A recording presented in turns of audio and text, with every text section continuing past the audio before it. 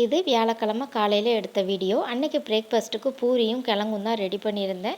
கிழங்கு ரெடி பண்ணுறதுக்கு கடாயில் எண்ணெய் சேர்த்துட்டு கடுகு, சின்ன சின்னதாக கட் பண்ணி வச்சுருக்கிற இஞ்சி, ஜீரகம், வெங்காயம், பச்சை மிளகாய், கருவேப்பிலை, இது கூடவே கொஞ்சமாக பச்சை பட்டாணி, ஒரு சின்ன சைஸ் தக்காளி எல்லாம் சேர்த்து நல்லா வதங்கினதுக்கு அப்புறமா கொஞ்சமாக மஞ்சள் தூள், பெருங்காயத்தூள், தேவைக்கேற்ப உப்பு, வேக வச்சுருக்கிற உருளைக்கிழங்கு சேர்த்து லைட்டாக வதக்கி விட்டுட்டு 2 ஸ்பூன் கடலை மாவை தண்ணியில் கலக்கி சேர்த்துட்டு கிழங்குக்கு தேவையான அளவு தண்ணியும் சேர்த்து நல்லா வெந்ததுக்கு அப்புறமா மல்லி இலை தூவி ஸ்டவ் ஆஃப் பண்ணிட்டா சூப்பராக ரெடி ஆயிரும்.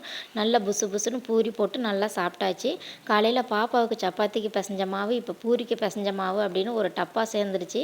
நைட்டு இதை வச்சே டின்னரை ஓட்டிடணும். அதுக்கப்புறமா உலைய வச்சுட்டு பருப்பை வேக வச்சுட்டு சாம்பாருக்கும் ரெடி பண்ணி வச்சு மீதி இருக்கிற சமையல் வேலையை அம்மா பக்கத்தில் இருந்து பார்த்துக்குருவாங்க. இப்போல்லாம் தண்ணி கம்மியாக வருது அப்படின்றதுனால துவைக்கிறதுக்கு ஆள் வருவாங்க.